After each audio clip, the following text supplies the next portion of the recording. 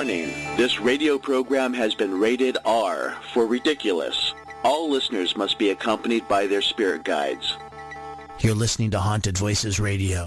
This is Lisa Williams, and you're listening to Haunted Voices Radio with Todd Bates. This is paranormal researcher Gavin Goska, and you're listening to Haunted Voices Radio on the Haunted Voices Radio Network. This is Joshua P. Warren with Speaking of Strange, and you are listening to none other than Todd Bates on Haunted Voices Radio. This is Matthew Schultz from Para Explorer Project aboard the Haunted Queen Mary.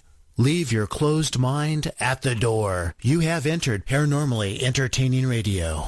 Haunted Voices with Todd Bates and Phil Roll. Symptoms of regular listening include developing a succubus complex, if male, loose bowels in high EMF environments, daytime old hag syndrome, throwing objects back at poltergeists, visitations from dead relatives collecting outstanding debts, unwanted or wanted sexual advances from unseen hands, volunteering for alien anal probing. Consult your physician before starting any paranormal program. Welcome to Haunted Voices Radio. Haunted Voices Radio brings you education, comedy, and information from top instructors, authors, and performers in the field of the paranormal. Join Todd and Phil each week to discover tricks of the trade that will help you to develop your craft and prosper as a paranormal investigator. It has never been easier to listen and interact from the privacy of your own home. This is truly a program you won't find anywhere else. Now, here are the hosts of Haunted Voices Radio, Todd Bates and Phil Roll.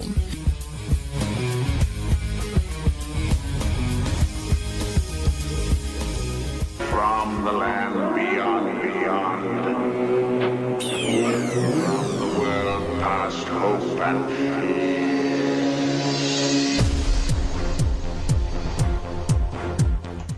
And a good evening, one and all. Holy Mary, Mother of Moses. Yes, we made it back. Yeah. All is good. Haunted Voices Radio, of course, coming at you live on this phenomenal July the 11th, 2017. Man, been gone a few weeks. Had some bugs to fix. Take that, microshaft. So frustrating. If people could have heard you and me the week before, we're on there trying to get everything going. We're going to do the show, and it's just not going to work. It was rough, filibuster. I was mad enough to slap a newborn baby.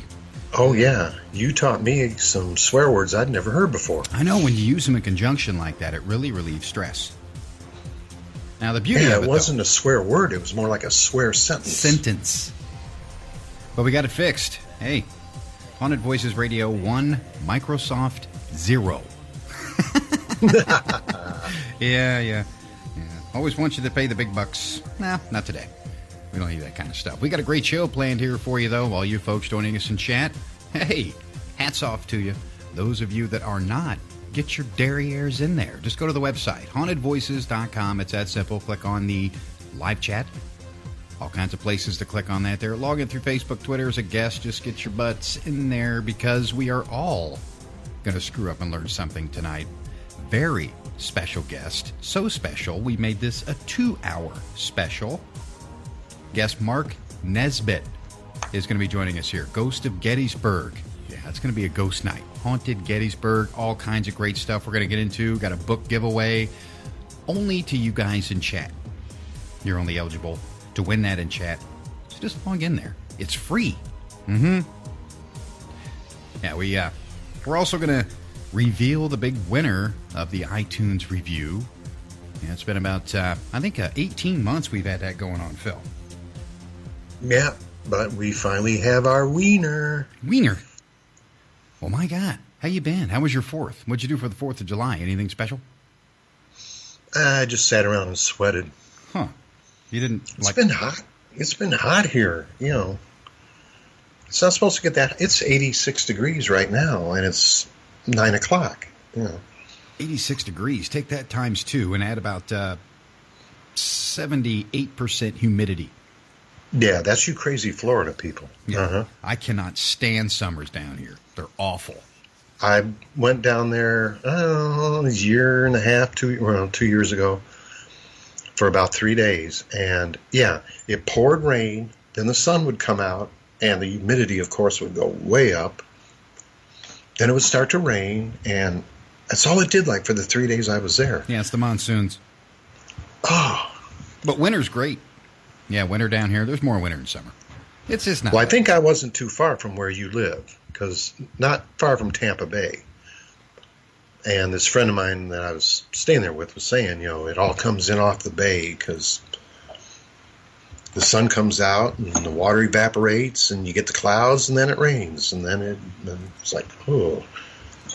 You know what I like the best? Those little tiny green lizards that are all over everywhere. The newts. Yeah. Yeah, there's probably a scientific name for them, but who the hell can pronounce that? They're called newts. Their little tails fall off and stuff. Yeah, they're like little geckos or something. Yeah, they were cool because you don't see that stuff up here, you know. And I went out. They have a screened-in patio thing, big patio thing with a pool. I go out there to smoke a cigarette back when I was smoking. And I'm standing there, and they got a table and the chairs. And all of a sudden, I look, and this little green lizard sitting up on the back of this chair, just staring at me. Yeah, I walked up, you know, hi, little green lizard. Yeah, they've been known to attack people in large groups, and yeah, they're like little tiny piranhas. You got to be careful. They'll attack you, and you won't be able to get them off. But anyway, now we got an awesome show here. Mark Nesbitt's going to be joining us here in a little while. We get to reveal the big winner. Also, want to welcome someone new to the family there, Phil. Megan's Graphics. Give her a big warm welcome. She's doing all the show promos. My God, she does a good job. Good job. She's there in chat. So get over there and say, hey, thanks, because now you made it easier for us to tune in, because we know it's the internet. Some of you folks get confused. This isn't one of those things you just don't flip your dial on these days. You've got to get these little apps on your smart or semi-smartphone. Doesn't matter. You can listen. You can listen through hauntedvoices.com. You can search the station itself, WGOG DB. You can search that on TuneIn for free on the app. Listen live there. There's all kinds of ways to listen. You just have to kind of take the effort these days. Some people don't like that. They just want to flip a switch and have it right there. The phones aren't that smart yet, people. Give it a minute. Yeah, I know. Everybody gets mad when things don't just boom. You know. Instant gratification. That's what's sad. It's all right, though. Some of us are still old school out there. This is one of them. We're not going to do that video webcast stuff or any of that stuff. That just doesn't make any sense. That's not broadcasting radio. That's not audio. That's called a webcast.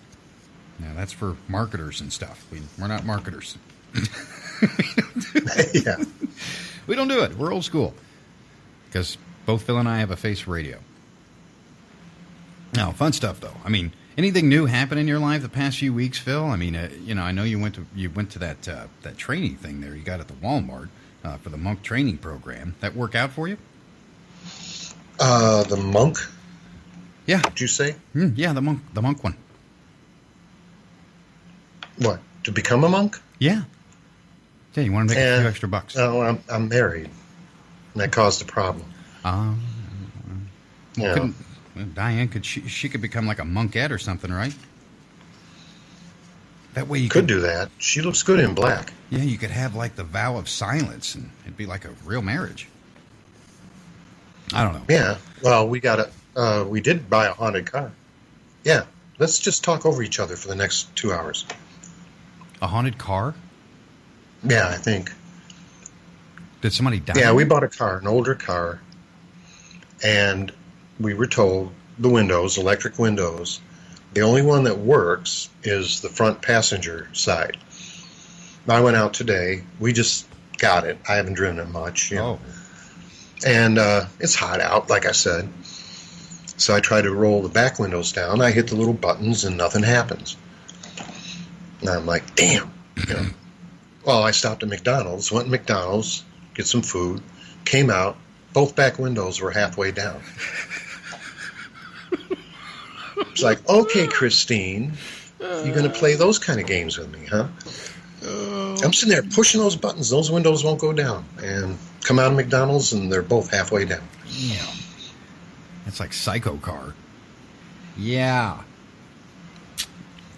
Yeah, I'm waiting for it to start driving itself. Yeah, I'll give it a minute. Nobody better make me mad. Yeah, God forbid. They'll be out walking somewhere and the headlights will come on, and all of a sudden it'll be racing toward them. You just be wiping people out. Survival of the fittest. Now, just to remind you here, Mark Nesbitt's on, and get this. Now, he was a National Park Service ranger, historian for 5 years at Gettysburg, now before starting his own research and writing company.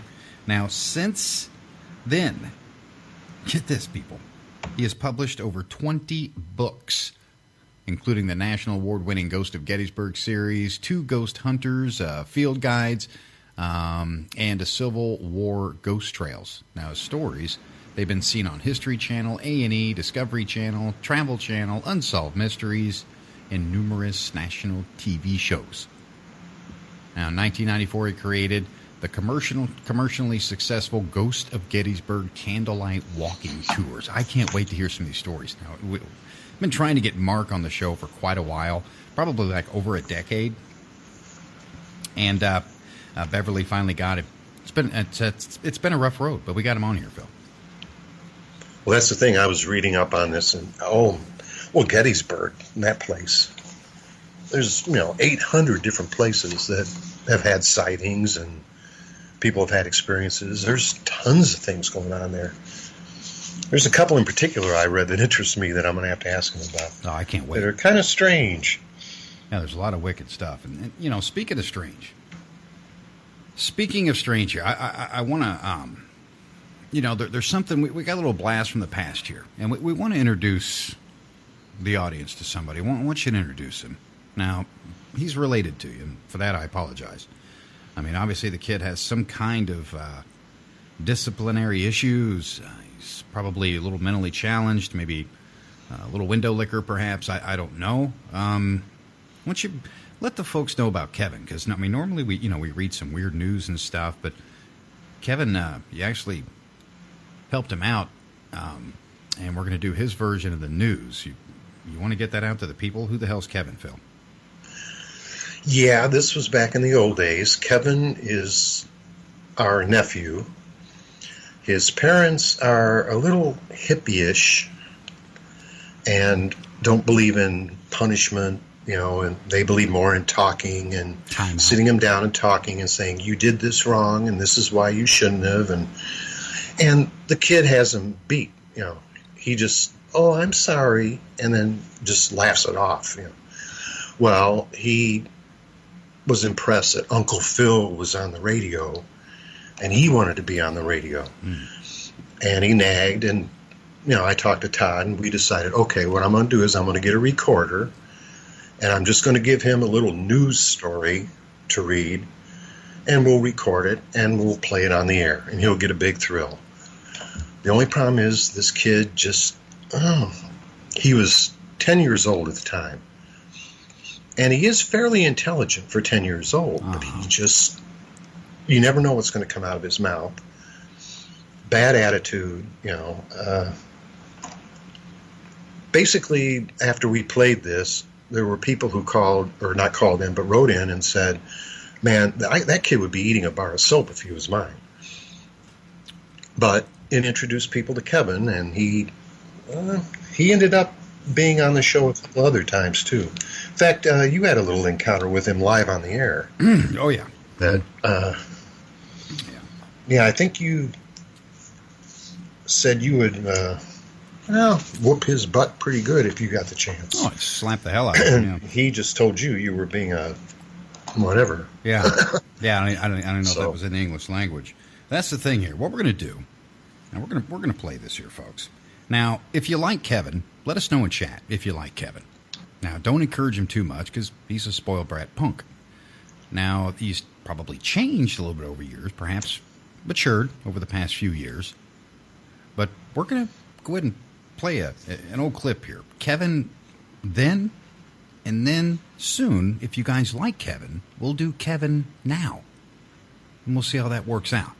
You would do that to me, huh? I would, because, maybe he's changed. People can change, even spoil little brats. So let's see. Now, this is the news story that Phil gave Kevin, a little project. Let us know what you guys think in chat. HauntedVoices.com. Just log in there. Listen to this and let us know if you like Kevin. If you want us to keep him or kill him. Either way, it's up to you. Here's Kevin. My name's Kevin, and my Uncle Phil said that I could read this on the radio. Exorcism conference aims to meet rising demand.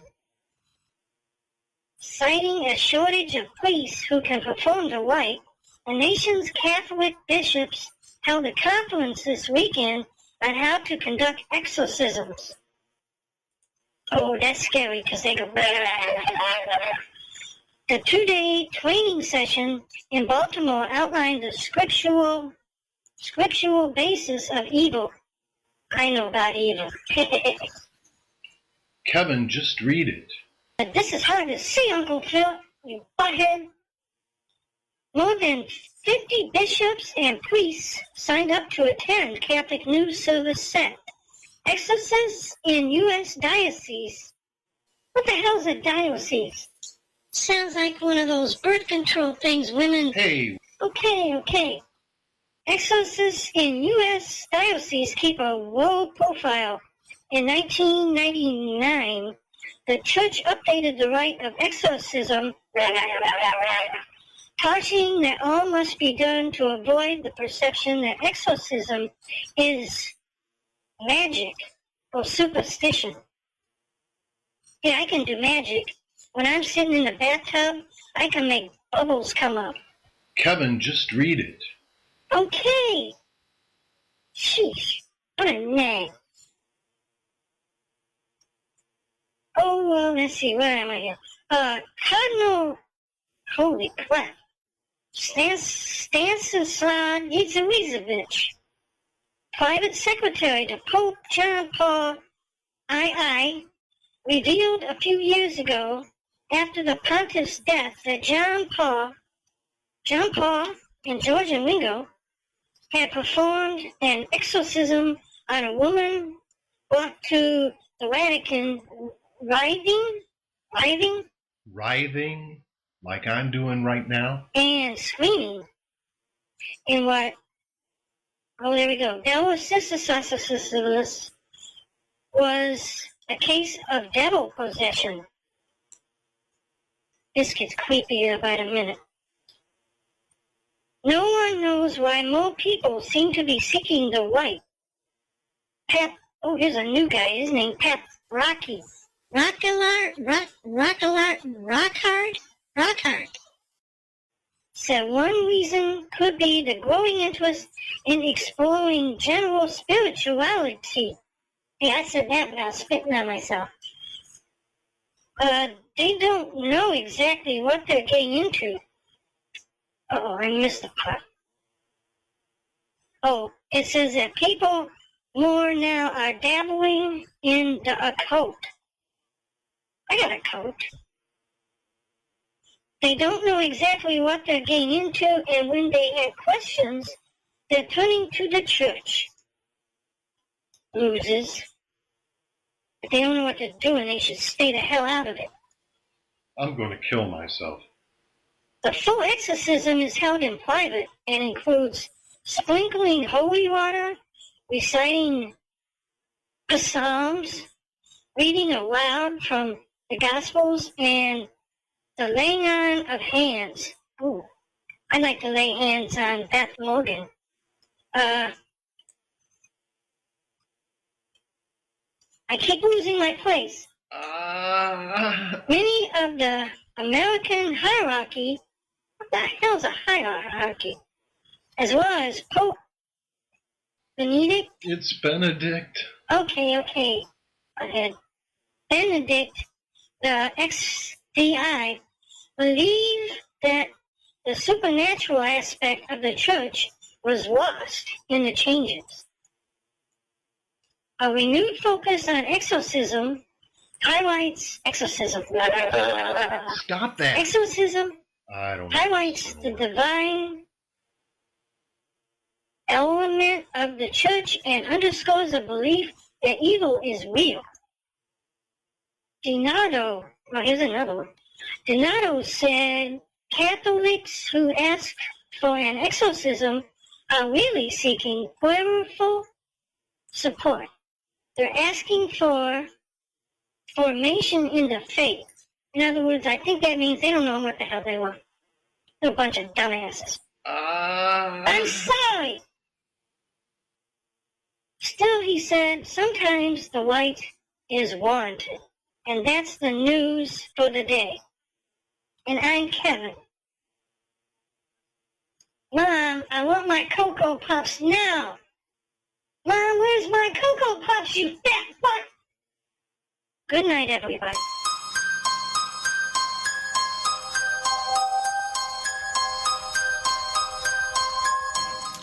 Yeah, that was Kevin there, folks. Sometimes you try something and it just does not work out. It bites you right in the... Yeah, we got to see if he's changed, though. Let us know in chat. You like Kevin? You want to do the then Kevin and now Kevin? We can do that.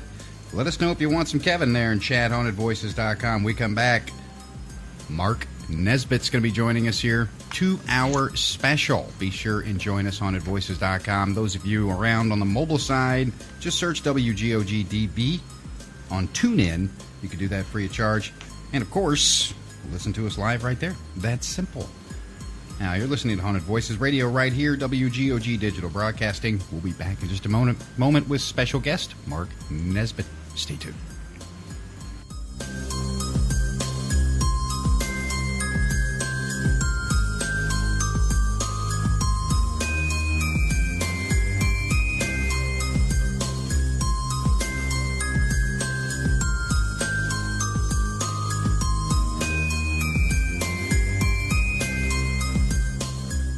WGOG DB Clearwater.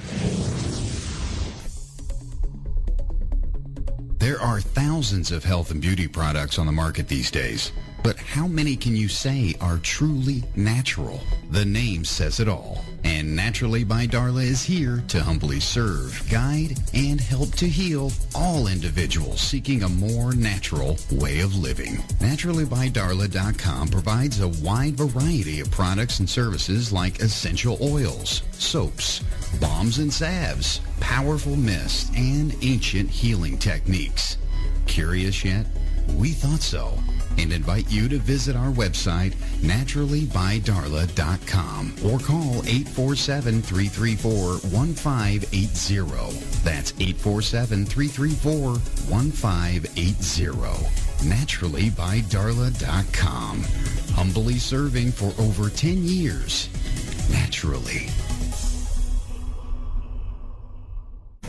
Haunted, a psychic story by author and radio host Ariel Grace. This is not your average book of hauntings. Haunted, a psychic story is written from a psychic perspective and contains true stories and some handy tips. Written in 3 parts, Haunted, a psychic story contains chilling adventures, advice from the archangels, and helpful tips used by Ariel Grace to clear haunted homes around the globe. Haunted, a psychic story is available on Amazon, or you can download straight to your Kindle. Haunted, a psychic story by Ariel Grace. Get your copy today.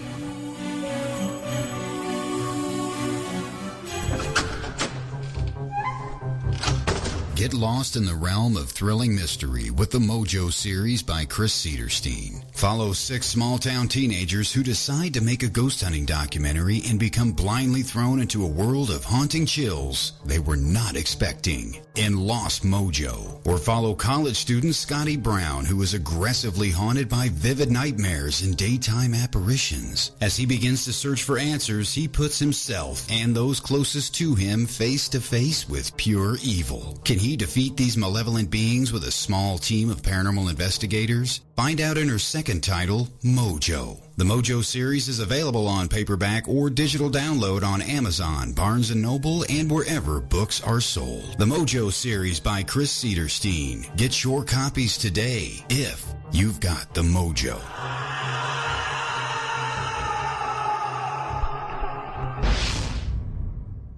When a child is abducted, every second counts. That's why this station uses the Internet Radio Amber Alert System, helping to keep your children safe. A free service of the Internet broadcasting community. and this station.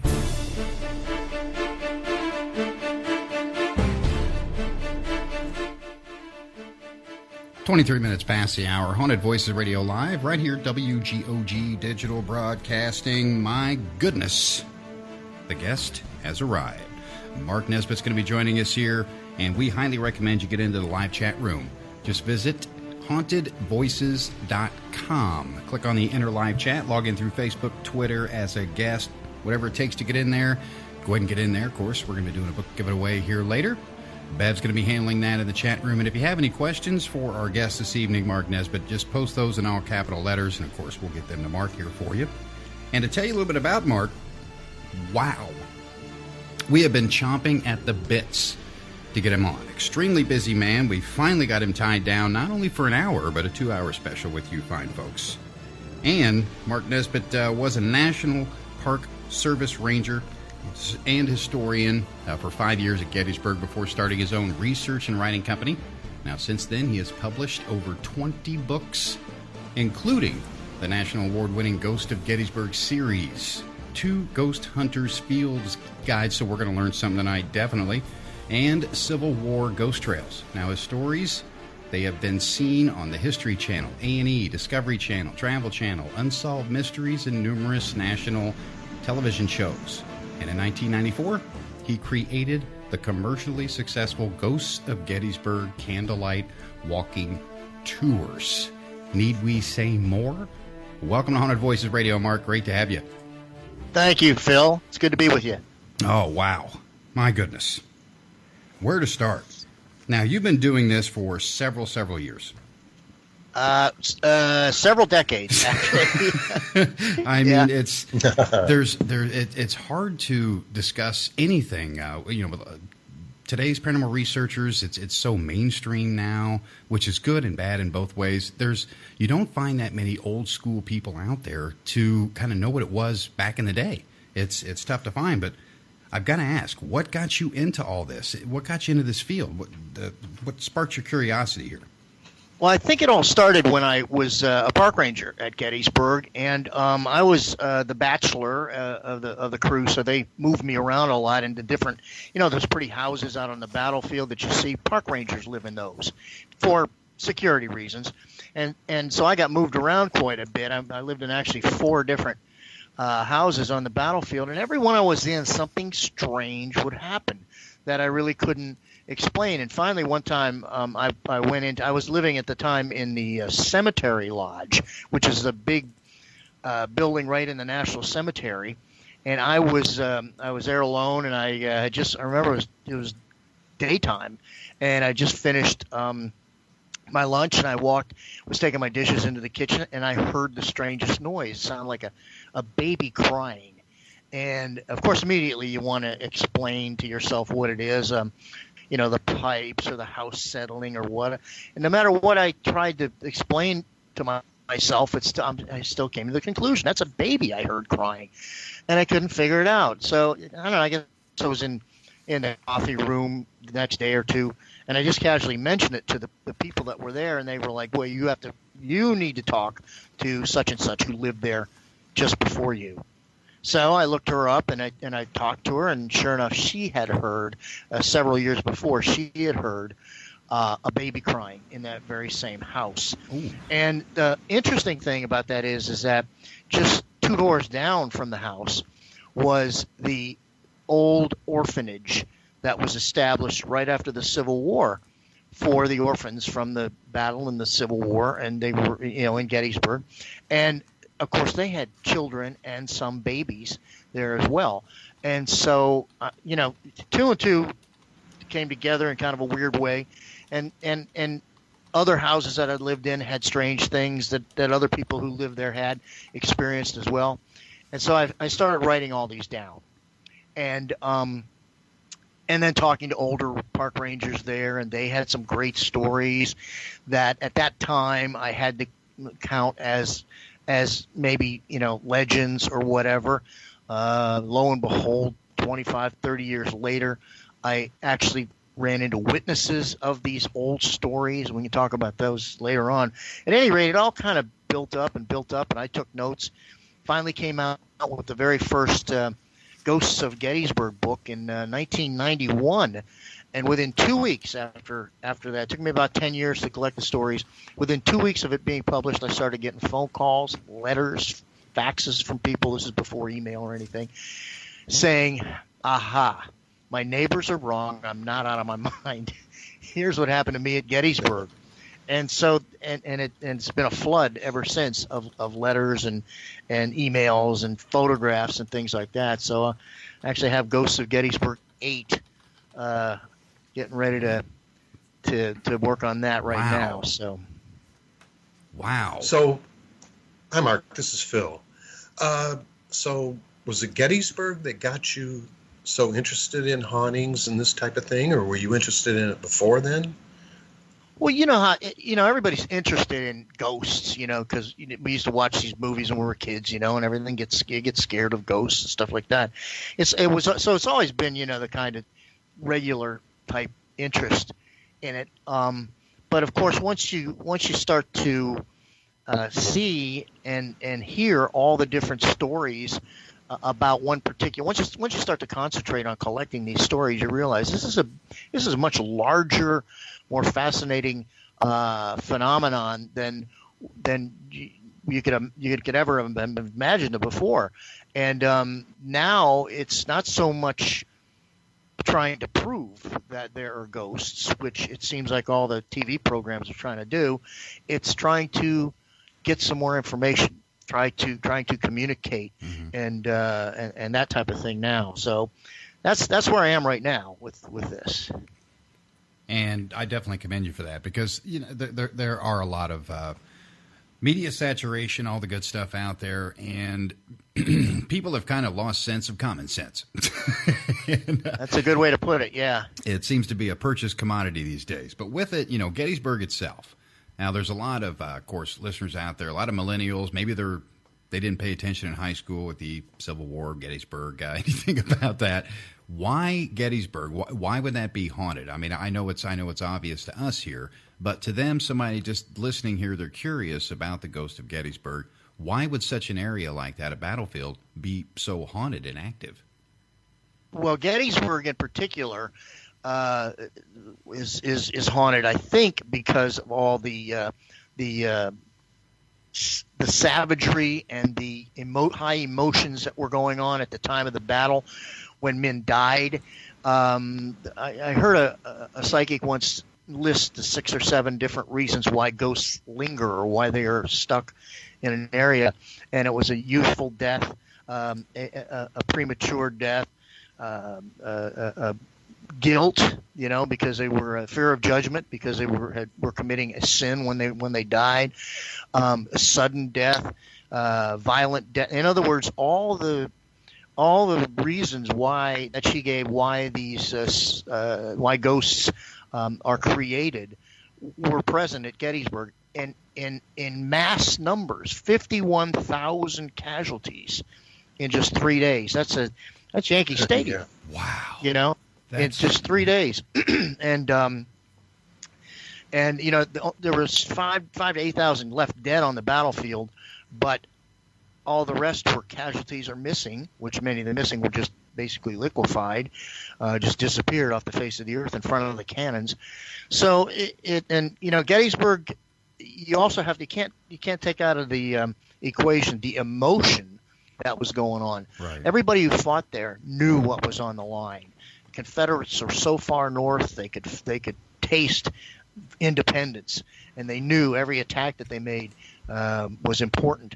Then you also had the Union troops, and many of them were Pennsylvanians, fighting on their own ground, on their own turf, with Washington basically at their back, 70, 80 miles behind them. Well, that's the thing. Those battles, some of them were so fierce. Line there as well.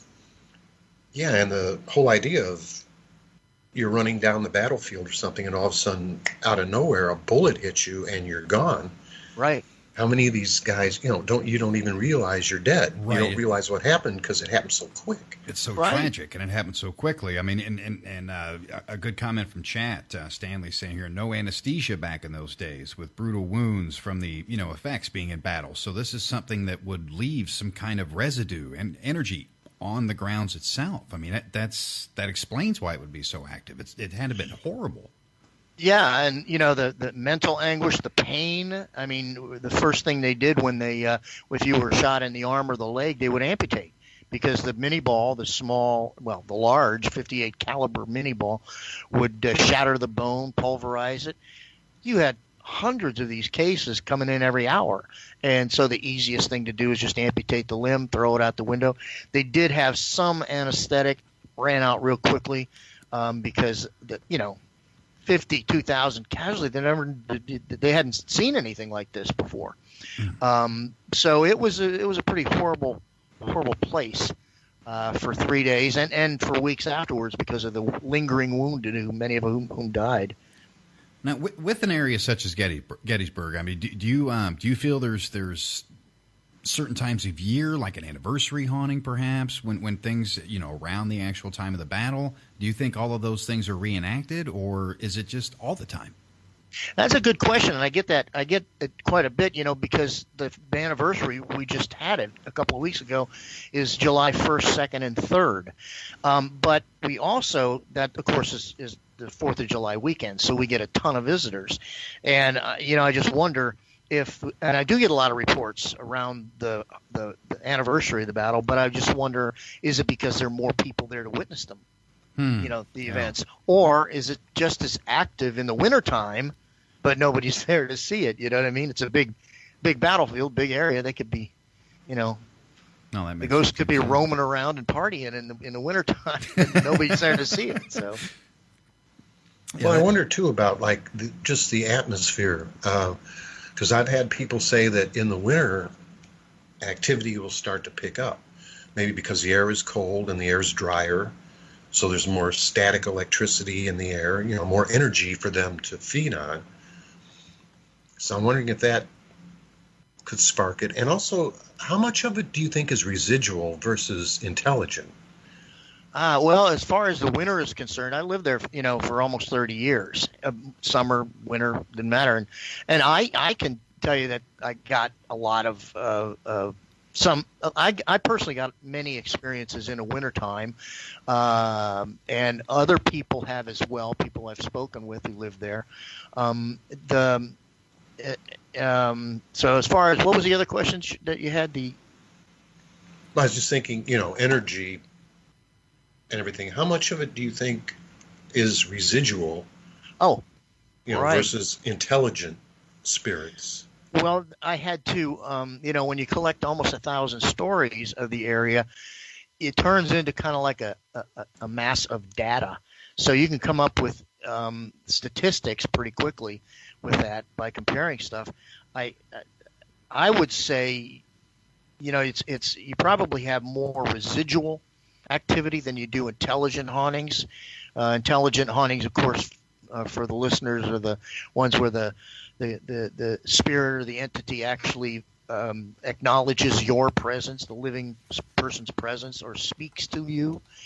And a residual haunting would be just like something that happens over and over and over again, kind of like a DVD or a video, or in my case, an 8-track. It kind of repeats itself. But for example, I had mentioned before that one of the earlier stories I got from one of the older park rangers is of the Phantom Regiment, or the Phantom Battalion, a unit that was seen apparently in the early 60s, marching around and then vanishing, going into the woods and disappearing. And there were no reenactors, in the early 60s, or at least not like there are now.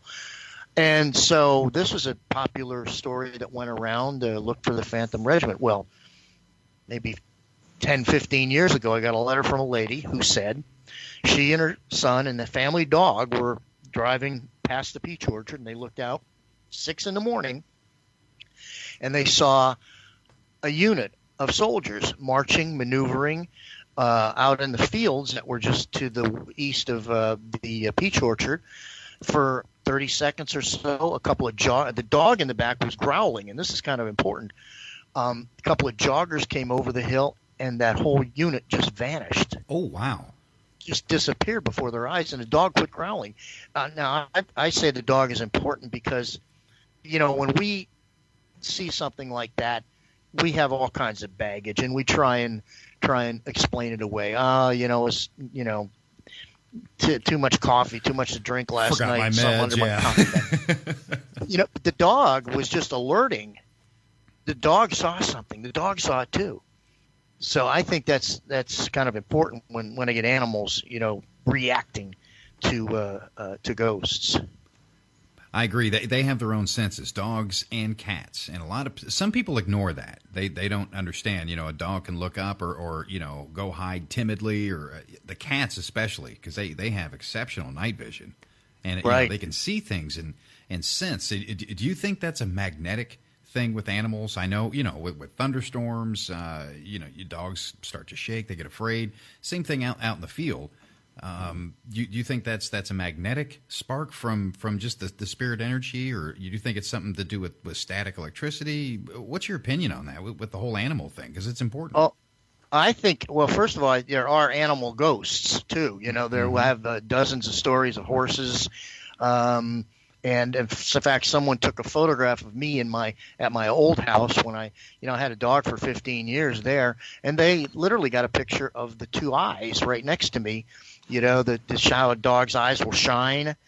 But animals, especially cats and dogs, I think react to the electromagnetic signature that spirits apparently have, because they have more fur. They have more sensitivity to that. And I'm not a veterinarian, but I think their eyesight is different than ours in that they can see a little farther into the two opposite, spectrums of ultraviolet and infrared a little bit better than we can. That's why you're walking on a street and you're walking your dog, and the dog will kind of glow get out of the way, and you'll step into the mud puddle. You know what I mean? That you haven't seen. You just mentioned that. I mean, it happens with people. It's happened to me. I've been in a place, and all of a sudden, just have this strong feeling that there's something there, and the hair on your arms will stand up. Sure. I think, animals can really pick that kind of thing up, that there's energy here, Oh, absolutely. Yeah, and it's important because researchers are using animals in the field now as natural detectors. There's a lot of equipment out there. Of course, we'll touch on some of that later. I mean, some of the things that you've come across. I'm sure you've seen a lot of teams out there. Definitely want to get your opinion on research practices and things as well. There's just so many things we can discuss. We're going to discuss here with you tonight. But one of the things here, but before we skip off to break, is Gettysburg, the battlefield itself. Now, is that the only place that's really haunted there, or are there more places? Is the town itself just crawling with spiritual activity? Absolutely, yeah. A lot of people, and it's interesting because people come to Gettysburg and they say, "Where's the battlefield?" And it's almost gotten to be like a local joke. You're standing on it. If you're anywhere where you can ask that question in Gettysburg, you are standing on a battlefield.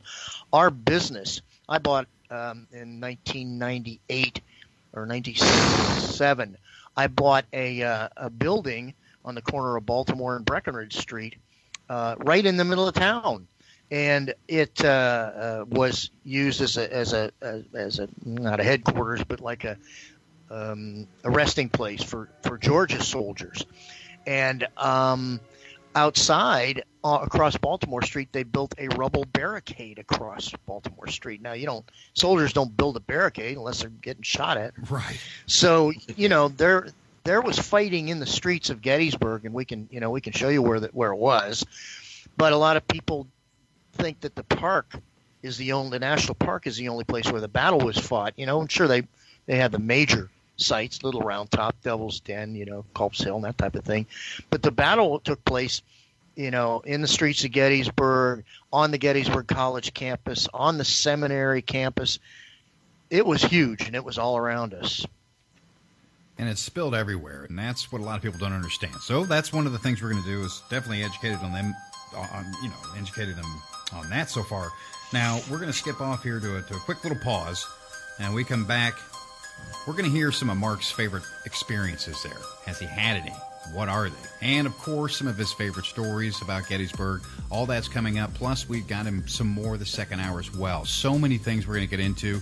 If you have any of those questions, post them in chat. We're going to take some time here to ask those, of course.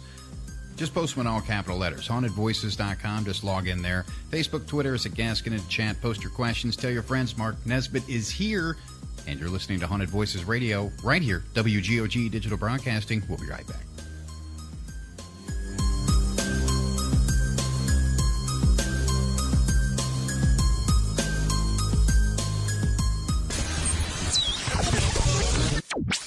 You're listening to WGOG Digital Broadcasting.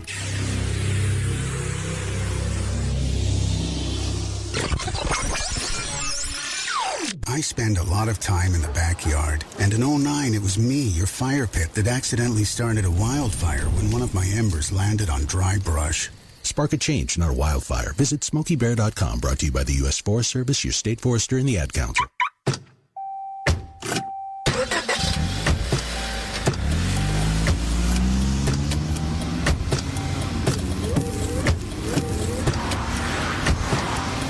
Driving has a rhythm all its own. Don't wreck it with a text. Before you get behind the wheel, silence your phone. Or better yet, designate a texter. For more text-free driving tips, visit StopTextStopWrecks.org. Brought to you by the Ad Council and the National Highway Traffic Safety Administration. Listen, as a hiring manager, I've got to tell you, the best job candidate isn't always the typical candidate. Sometimes they're a grad of life.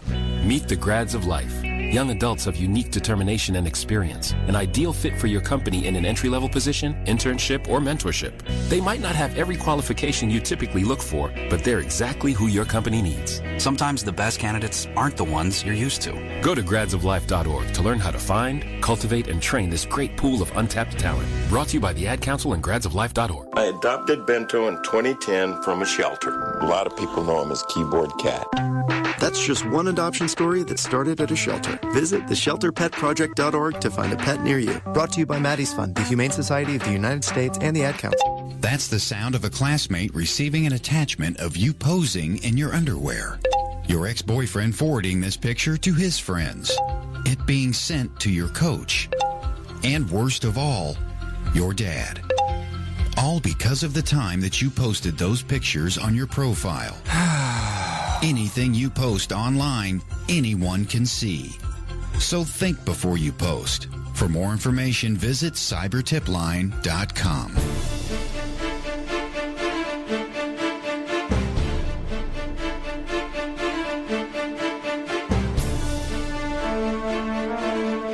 "46 minutes past the hour, Haunted Voices Radio live right here, WGOG Digital Broadcasting. Those of you just tuning in, if you missed the first part of the show, don't sweat it. We've got you covered. Everything's being archived here. You can listen to us later. All the links are on the website. Of course, we put the latest episode at hauntedvoices.com. It's also up at iHeartRadio. You can also listen to us on iTunes. Congratulations, of course, to our iTunes review winner, Tuba21, for that awesome review. $50 gift card. Fun stuff. It's good stuff like that that keeps the show going. We've been doing this a little while, and of course, we're speaking with none other than Mark Nesbitt. Took 10 years to get him on the show. He's a busy man, but we got him. That's what's important, is we got him, and we've got a lot of things in common with him. So if you have any questions here, just post them in chat, and we'll get to those here accordingly. We're talking about Ghost of Gettysburg. We got a book giveaway. All of this is coming up here in the next hour and some change with our guest, Mark Nesbitt. Now, before we left out, of course, we were talking about Gettysburg, the battlefield, and he educated us and pretty much said the battlefield is Gettysburg, period. It's all over. It's not just the Grassy Park area. It's everywhere. Definitely want to catch the first part of the show and the archive if you missed that, because you've got to pay attention. This is history, and history and paranormal research, they go hand in hand. You cannot have one without the other. You can't have the present without the past. It just doesn't work out that way. But with this, the Gettysburg hauntings, stories, some of your favorites. You've got to have some really amazing experiences there, being in such close quarters and working around Gettysburg itself, Mark. What's your most shocking experience you've had there? Oh, the most shocking. Well, it's not. It's more confusing than it was shocking. But I was on the board of directors for the Gettysburg Battlefield Preservation Association for a number of years, and they purchased a place called the Daniel Lady Farm, 130 acres plus a barn and a old stone house, and restored it.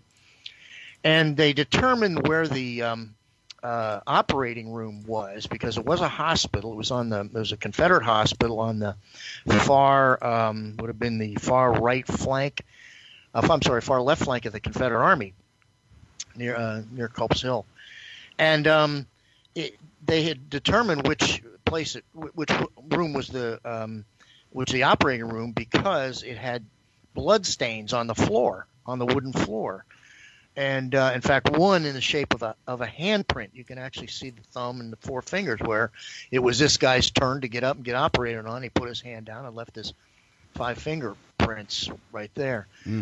Well, I got a phone call from the fellow who was the caretaker out there, and he said, Mark, if and this is in the daylight, he said, Mark, if you want to see a paranormal experience happening right before your eyes, come on out. Who could pass that up? No one. I threw the gear in the car, and I took off, and I walked in with the video going, my video camera going, and I'm like, what's up? He said, I'm not going to say anything. We cleaned this place up yesterday because we had some visitors in here, some reenactors, and I want you to go in this room.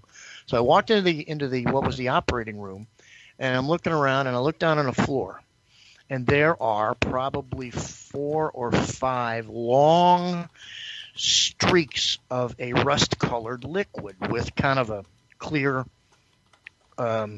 liquid around them, and drops with that were already starting to crystallize. And I'm looking at this, and I'm like, what in the heck?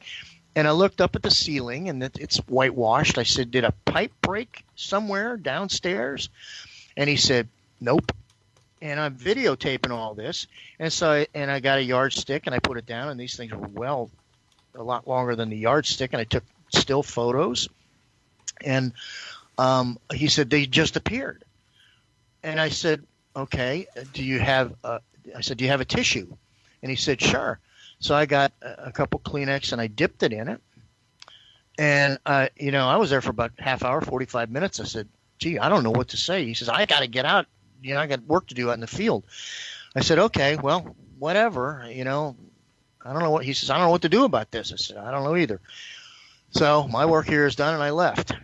About 2 hours later, I get another phone call from him. And I said, what's up? He says, it's gone. I said, what? He said, it disappeared. I said, you're kidding. So back in the car, and I'm out there again, and I got the video player as soon as I walked in. And I walked into the room, and sure enough, there is nothing, no liquid, nothing there on the floor. And he squats down, and you can see it in the video, and he says, it was right here, and he's rubbing his hand on it. He says, right here, right? I go, yeah. He goes, what the? He picks up his hand, and he's got dust on his fingertips where this liquid was. And I'm like, what in the heck just happened? And my wife, Carol, said, what about the samples? So she ran out in the car, and she said, they're still there. Well, the GBPA, the organization, is pretty well connected. So they got the samples, and they sent it off to a forensics lab. 3 weeks later, the results came back. It had been tested in the liquid. That vast amount of liquid was blood. Whoa! And the species was human. Oh. Now, damn. For that to disappear completely is paranormal to begin with, because there were blood stains that as I told you, on that floor that had been there for 140 some years. That poor Mrs. Lady from the Lady family tried to scrub out of her wood floors and couldn't get them out after after all that time. So that's a mystery, and that is the weirdest thing, I think. I've had a lot of weird things happen to me. That is the weirdest thing that's ever happened to me there at Gettysburg. That is mind-blowing. Just the thought of something like that. I mean, you hear of these creepy, crazy things happening, but that's something physical in this world that now has evidence after the fact. You don't find that very often. And I have video of all of it. That's the interesting thing. It's all time stamped and everything. So now, okay, let me ask this. I mean, I'm sure you've shown that to a few people. Have the critical thinkers? We call them. Let's be politically correct. The critical thinkers, or AKA skeptics, have they looked at that and debunked that in any way, Mark, at all? Well, it's been on TV too, I think, on a couple of occasions. But as many people that have seen it, they've looked at it and they're like, oh. They can't explain. I don't know how you can. It was like I was in a time warp, because it's almost impossible.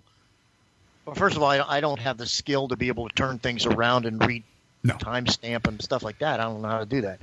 And the fact that he had dust on his hands, just a very thin layer of dust on his fingers, and he was shocked. He's like, "What the heck is going on here?" So they can't. They can't. First of all, he couldn't clean it up. I mean, blood on a floor, on a wooden floor, doesn't clean up. It doesn't clean up after 140 years. So. Oh, right. Now I remember going to the Lizzie Borden house, and the floor upstairs where the stepmother was murdered, they took went underneath and luminol, and could still see that blood. It still showed up. Well, they did that. It just soaks in, and it never, you can't get rid of it completely. Yeah, they did that at the Lady Farm before this happened, and they proved that blood that was already soaked in, that the luminol worked on that, which kind of is interesting for forensics, because a lot of legal cases were determined because, well, luminol doesn't work on old blood. Well, the heck it doesn't. Yeah, and we got a quick question coming in here from chat. They're asking, do you still have the cloth with the blood on it? Yes. I managed to make 2 of them. Good. I used 2 tissues. So I have the entire videotape and one of the tissues in a safe place. There you go. I like that. Locked in a safe place. So it can be tested again if we have to. Good.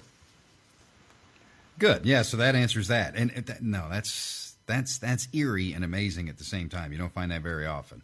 And one more thing here, touching on Gettysburg, you hear a lot of the researchers going out at night. That's when it's scary, it's creepy, things are dark, and you got the full moon, it's all woo-woo-woo-y. So they all go out there at night. What's your opinion? Do these kinds of hauntings, especially in Gettysburg, that area, do they only happen at night, or do you get the same experiences during the day that are reported? Well, in the ghost rule book, it says they can only go out at night. No, obviously. I have letters from people. I would venture to say that half of the stories that I've gotten happen during the day. I mean, they're in my books, and so it doesn't matter. It's 50-50, so. A couple of the best EVPs I ever captured were, at 8 o'clock, 9 o'clock in the morning. They don't punch out. Yeah, some of it's light. Time. I mean, don't get me wrong. At night, it's probably more popular to research. I mean, correct me if I'm wrong here, guys, but I mean, it's quieter. You have less interference.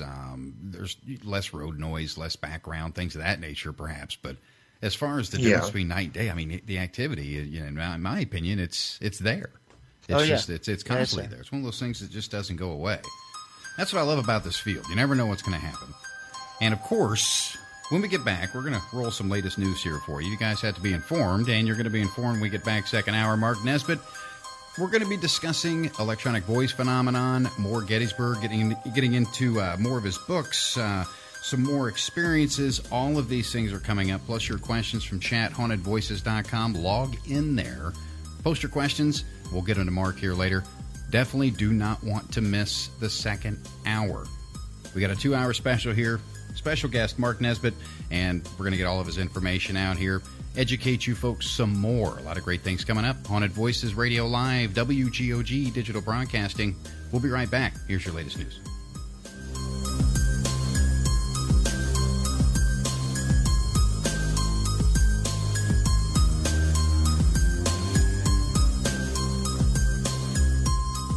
WGOG DB Clearwater.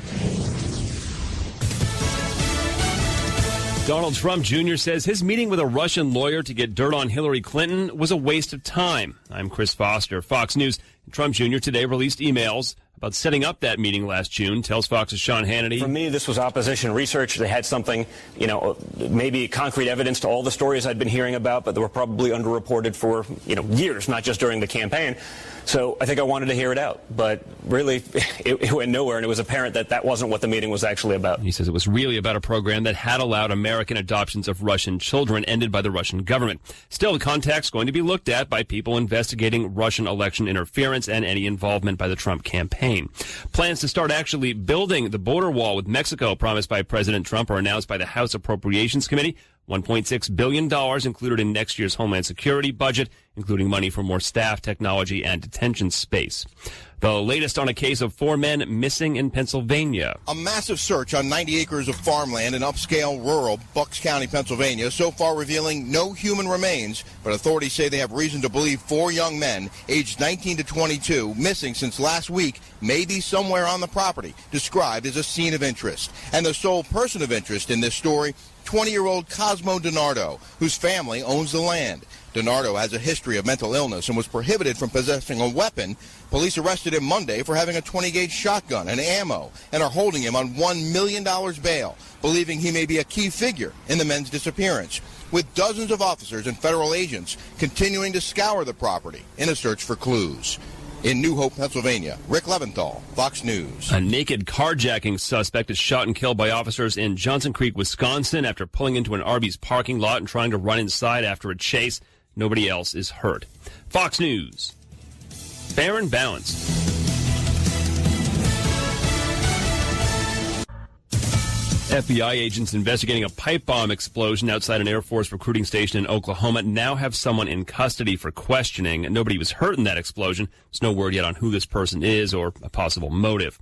A history buff is calling not so fast on a theory that Amelia Earhart survived her plane crash. Just a few days after a History Channel documentary suggesting Amelia Earhart crash-landed in the Pacific and survived. A former federal agent has uncovered evidence hidden within government records that indicates Earhart did not die at sea. Instead, the theory goes she and her navigator were captured by the Japanese military and held prisoner.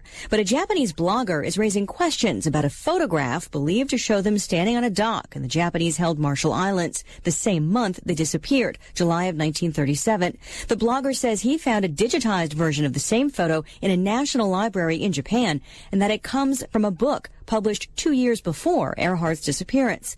The History Channel says its investigators are exploring the latest developments and will be transparent in the findings.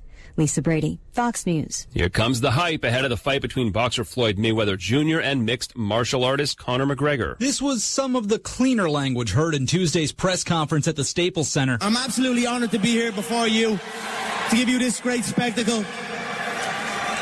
And somebody's own has got to go. Conor McGregor there talking about the undefeated boxer's record, a very expletive-packed press conference with a lot of trash talking. At one point, McGregor calling out Mayweather for his tax problems after the champion boxer flashed a $100 million check in front of the crowd. This is the first of 4 pressers this week for Mayweather and McGregor ahead of their bout in Las Vegas on August 26th.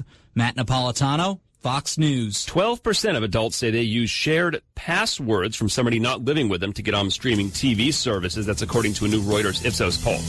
I'm Chris Foster, Fox News Radio. There are thousands of health and beauty products on the market these days. But how many can you say are truly natural? The name says it all. And Naturally by Darla is here to humbly serve, guide, and help to heal all individuals seeking a more natural way of living. NaturallyByDarla.com provides a wide variety of products and services like essential oils, soaps, balms and salves, powerful mist, and ancient healing techniques. Curious yet? We thought so, and invite you to visit our website, naturallybydarla.com, or call 847-334-1580. That's 847-334-1580. naturallybydarla.com. Humbly serving for over 10 years.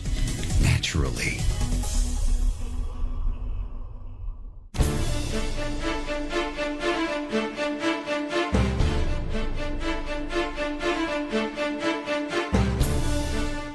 Top of the hour. Holy cow, does time fly by.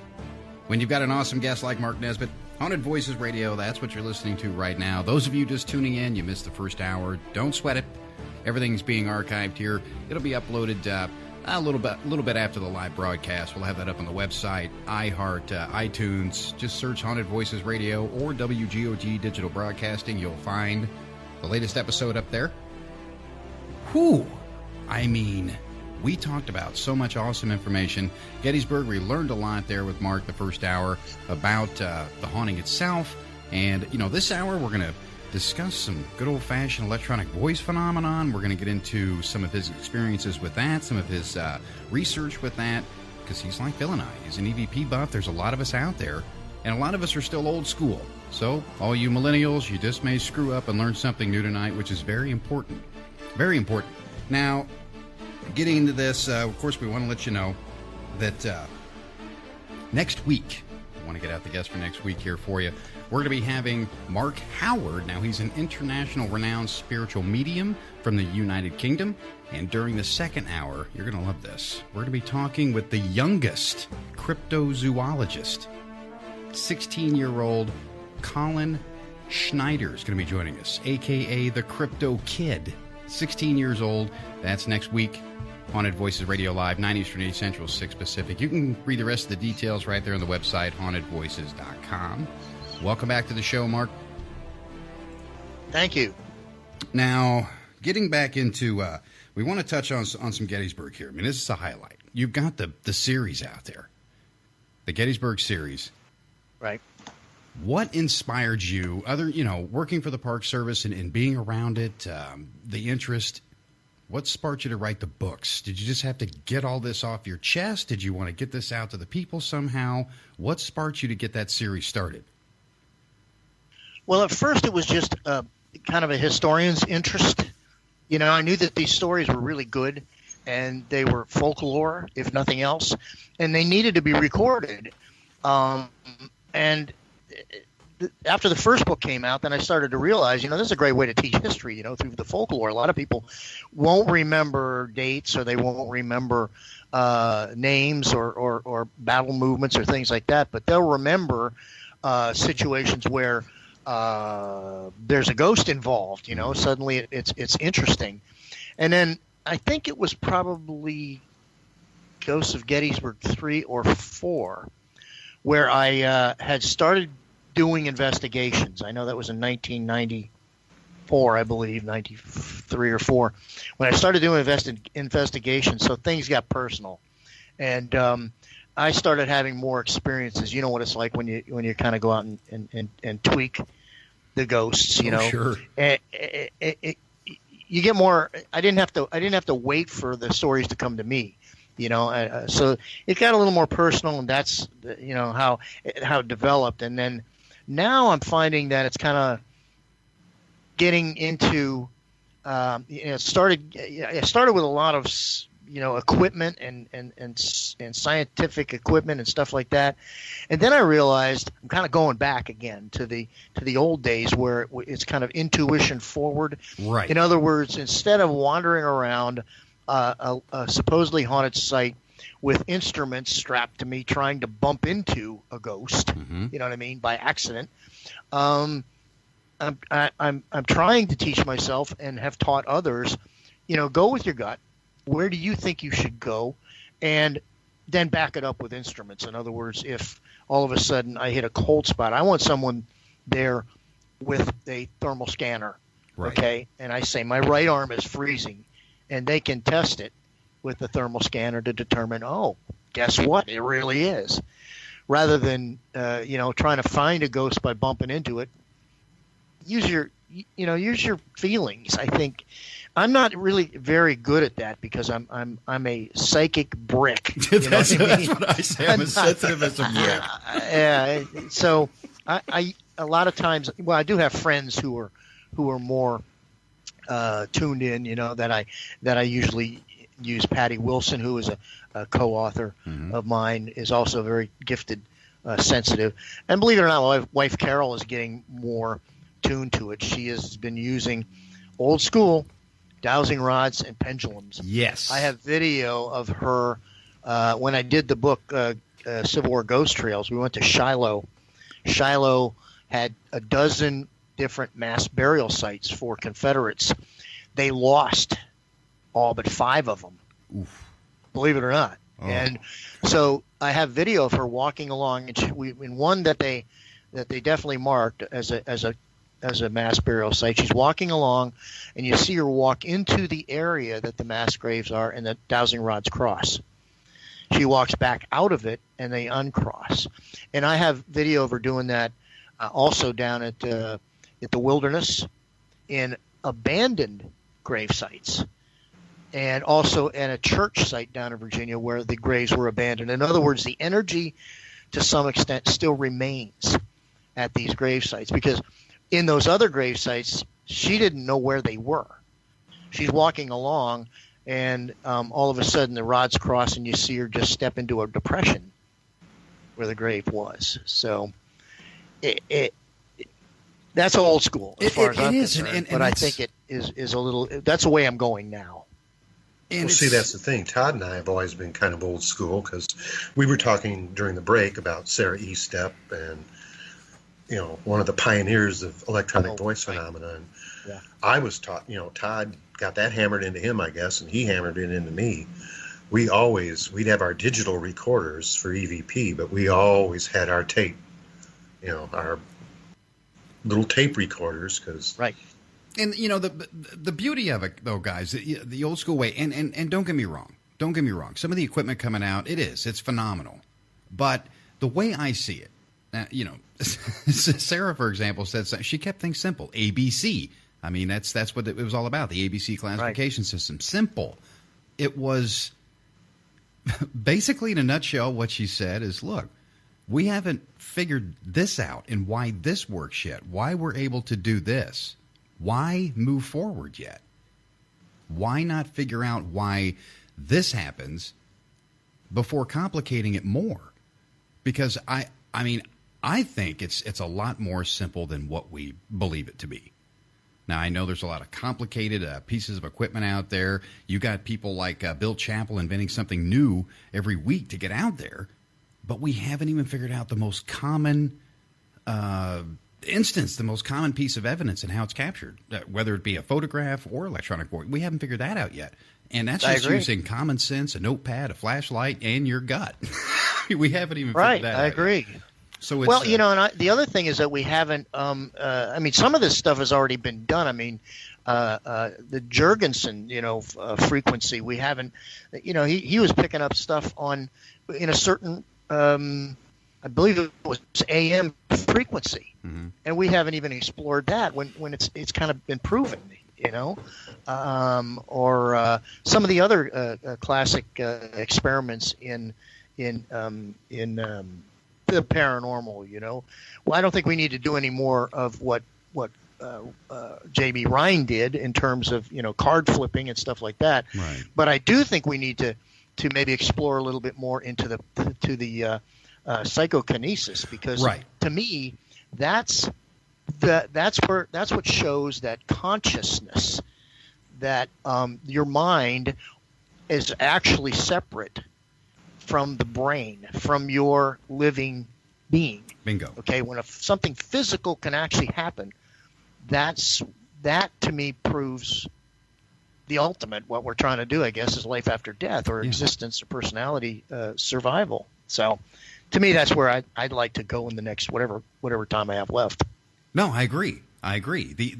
That's the thing, is the solution is right in front of our eyes, but we don't trust our own judgment to believe that it's right in front of our eyes. It's a psychological thing. But we like bells and whistles. We like to see the the bells and whistles go off on the K2 meters and and all the fancy stuff. So it's acknowledgement. I think the TV shows have done that a lot too, because they're big on all the fancy equipment. Todd and I were talking earlier about one show where they have a camera that was invented that a spirit will show up as a little stick figure. I've seen that, on the screen. And it's like, come on, I'm sorry, but I have my doubts. Yeah, I don't know how that works. So, but. Well, I mean, to each their own. Stick people, whatever it is. It's if it works, great. Yeah, sure. But it comes down to the whole research part of it, the history behind it. And you have to put those two together. You can't really enjoy this field, in my opinion, unless you enjoy history. To me, they go hand in hand. And Gettysburg is a phenomenal place. The town itself, just to do this kind of research, getting new researchers out there, people coming into the field, getting them off the whole media hype. I'm sure you've had a lot of new ones out there, Mark, that you've encountered that have never had a paranormal experience or want to go out there and see if it's like what they see on television, if they feel that. But having them get into an active location like that would really help hone their skills, just their gut instinct and common sense. You get that back, then you can hand them this scientific equipment, because right now they really don't know what they're doing with it. Well, I get enough stories from people, first of all, the letters start, I've never had a paranormal experience in my life till I got to Gettysburg, and here's what happened to me. And the other thing that Gettysburg does is it's so well documented. I mean, a lot was written down. A lot wasn't, because they just didn't have time, but a lot was written down afterwards. And so you can go to a specific site and know who died there, or what group of men were shot up in that particular place. So you can, and not to mention the fact that immediately on the monuments out there many of them have the names of the people that were killed or wounded. So you have someone to talk to if you are attempting EVP. So it's got, it kind of has a validation when you get, for example, at the Cashtown Inn, which is a very, very haunted place near Gettysburg. I was in the cellar trying to get EVP. One of the people that we work with said, I think there's a Confederate soldier. His name is Andrew. And I said, I'm going to try and talk to him. I said, Andrew, what state are you from? And I got 4 distinct syllables: Mississippi. Whoa. Just like that. So now that's the way you do it, as far as I'm concerned. I agree. There's different ways. I'm sure you're aware. You have the stationary. You just let it sit there, record. Right. And I think Phil, you're going to agree with me. I mean, I know my favorite is the interaction, the question answer. You ask a question, you get a response. Yeah. Sure, it may be a delayed response, but you get a response nonetheless. That proves intelligence. And to have him answer that, and it may be hard. You get 4 syllables, you put them together, Mississippi. Question answered. I mean, it's that simple. Well, and I think so often, too, people get into this because they've watched the paranormal TV shows or something. They don't really study.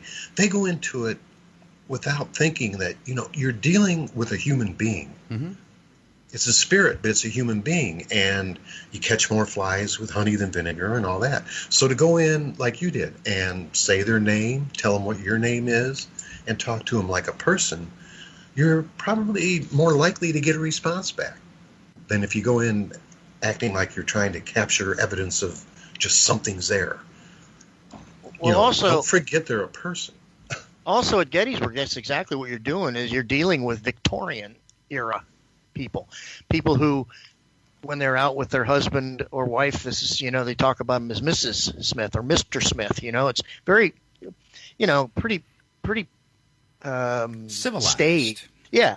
And so you don't want to go in there like, and I've worked with Zach and those guys, and I told him, I said, I know you go into some pretty rough places, but you don't want to go into any of these places yelling and screaming, hey, anybody here, smack me, hit me, it's not going to happen. They're a different type of person, even though it was the bloodiest war we've ever had that they perpetrated. But they were still, they talked civil to one another. So that's the way. And of course, we have a woman in our building in Gettysburg, Mrs. Kitzmiller, and that's the way you need to talk to her, because she's pretty feisty, and she expects us to bring out cookies every time we have cookies and tea, every time we have people over. And so we brought out some old crummy cookies that we found one night, and I tried the EVP, and I said, Mrs. Kitzmiller, how do you like the cookies we put out? And I got 3 words: I hate them. From her. This was Class A. I mean, anybody could tell them first. She wasn't happy. She wasn't happy. But I always call her Mrs. Kitzmiller. I never call her Mary because I'm scared of her. that's out of respect. And we're gonna skip off here for a quick second. I want to let you folks know. Now, one of Mark's books is going to be given away right now in the chat room. Now, we're going to be going off to break, of course. We want you to log into chat, hauntedvoices.com. There's going to be a question posted in there about tonight's show with Mark Nesbitt. The first one to answer that trivia question correctly wins the book. You've got to be in chat to do it. Log in, hauntedvoices.com. Enter through Facebook, Twitter as a guest. Doesn't matter. Just get in there for your chance to win more with Mark Nesbitt. When we come back, we're going to be discussing some more electronic voice phenomenon instances, some of his personal experiences with that, and what he recommends to some of you folks just getting into this field. Because I know you're curious. Should I do this or should I not? All that we come back. Haunted Voices Radio Live, WGOG Digital Broadcasting. We'll be right back.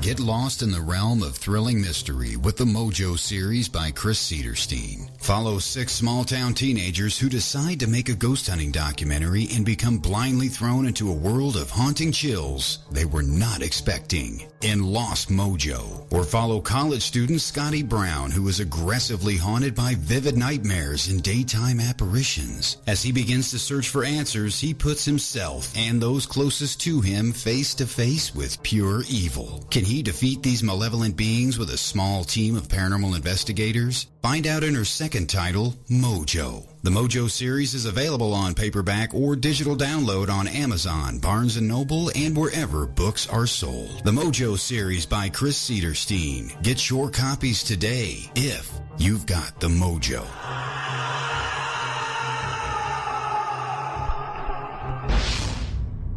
The traditional light bulb, a groundbreaking invention in 1879. It's time we switch to longer-lasting Energy Star light bulbs. They're more efficient than old light bulbs, like a text message is more efficient than a carrier pigeon. And they cut down on our energy costs. Because in our own groundbreaking age, we deserve a light bulb that saves us some cash. Saving energy saves you money. Learn more at EnergySavers.gov. Brought to you by the U.S. Department of Energy and the Ad Council.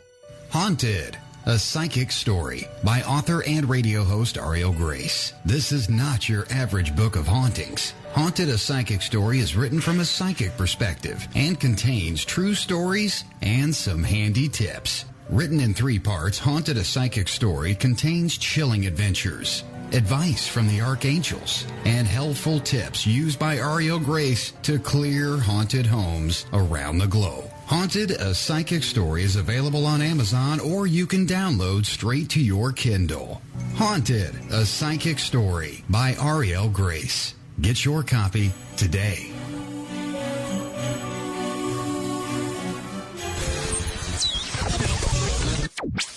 You're listening to WGOG Digital Broadcasting.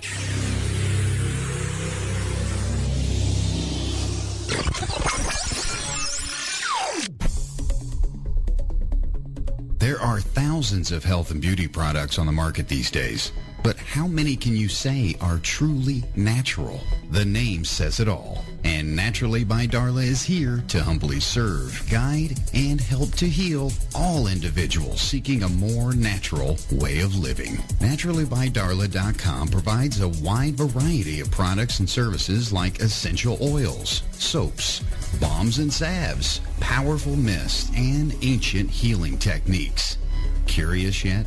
We thought so, and invite you to visit our website, naturallybydarla.com, or call 847-334-1580. That's 847-334-1580. naturallybydarla.com.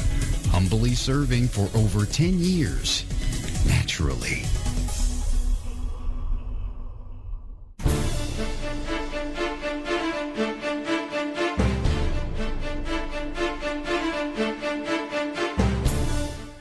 Minutes past the hour. Yes, you are listening to Haunted Voices Radio Live. And, of course, we've got a 2-hour special this evening with special guest Mark Nesbitt, Ghost of Gettysburg author, and much, much more. Now, what we've been discussing first hour, of course, Gettysburg itself. Learned a lot of great things there. And, of course, we're touching on some electronic voice phenomenon, getting into some tips and tricks for you folks out there, perhaps just getting into the field. And, of course, us veterans. In this field, you never stop learning. Once you do or feel you have, please exit the field because it is an endless supply of information. There's no experts in the field. We're all trying to learn and figure out this mystery. Life after death, why?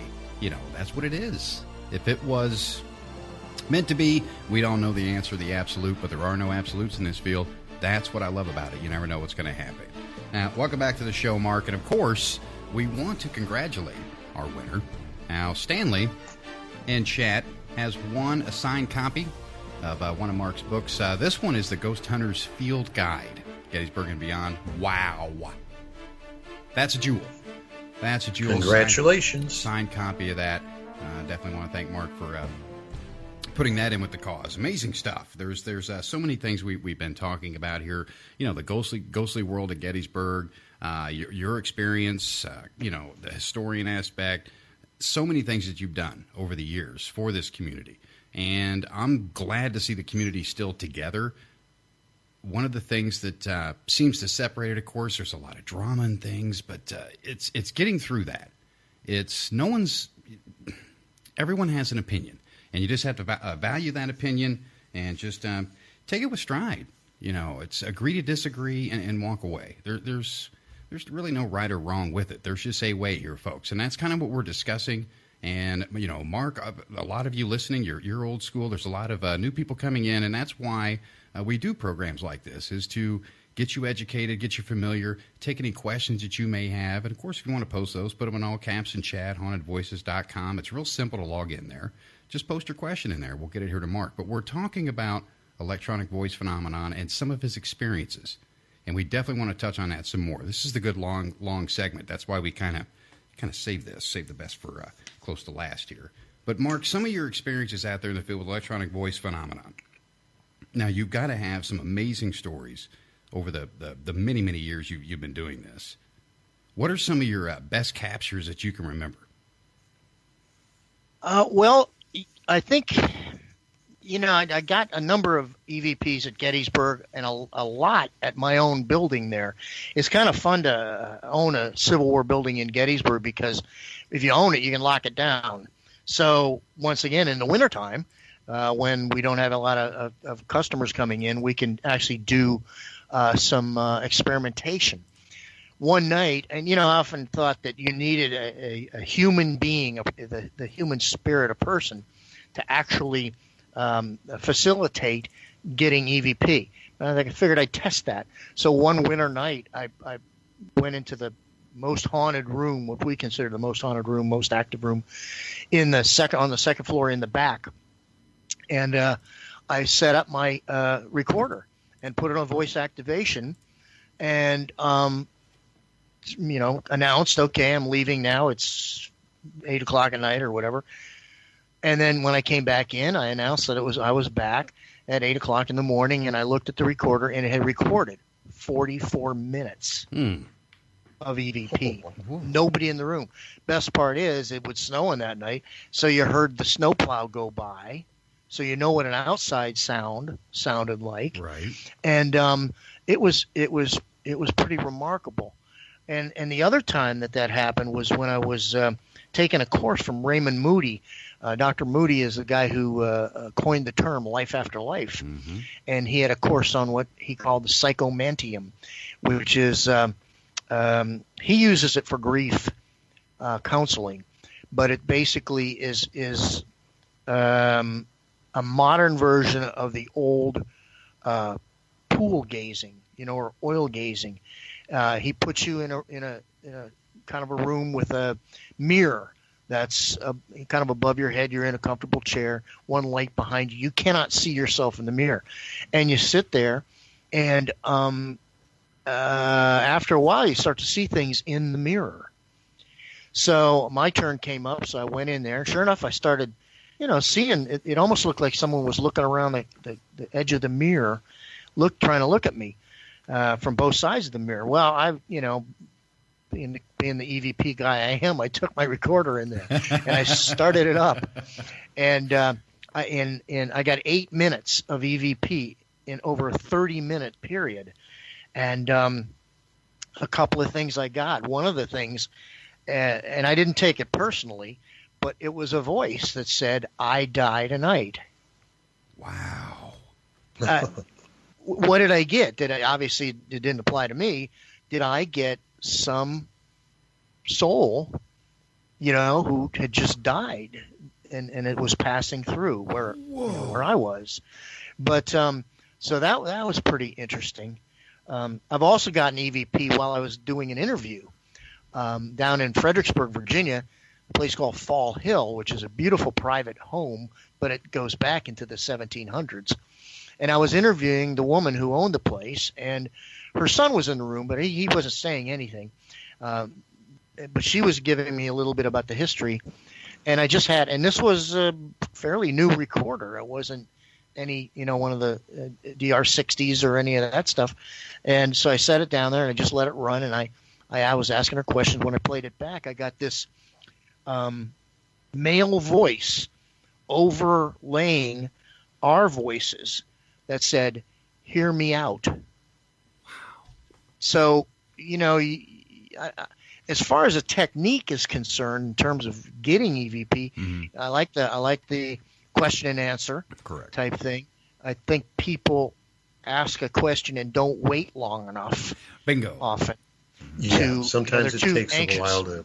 Yeah, it takes a while to gather the energy to answer you. So I sometimes wait 40 seconds, sometimes a little bit longer. And then the other thing is, I don't think anyone should go out and buy the newest $500 recorder, because that's maybe good for going to a concert and bootlegging a concert. But remember, this is electronic voice phenomenon. Yes. Patty Wilson she picked up EVP on her kids by accident on her kids' SpongeBob SquarePants recorder. The Hello Kitty recorder. It doesn't have to be fancy. It can be a $5 recorder. So I wouldn't spend a lot of money on it. It's technique, I think, and patience more than anything. Well said. Oh yeah. At least that's what worked for me. I mean, it could be different for everybody.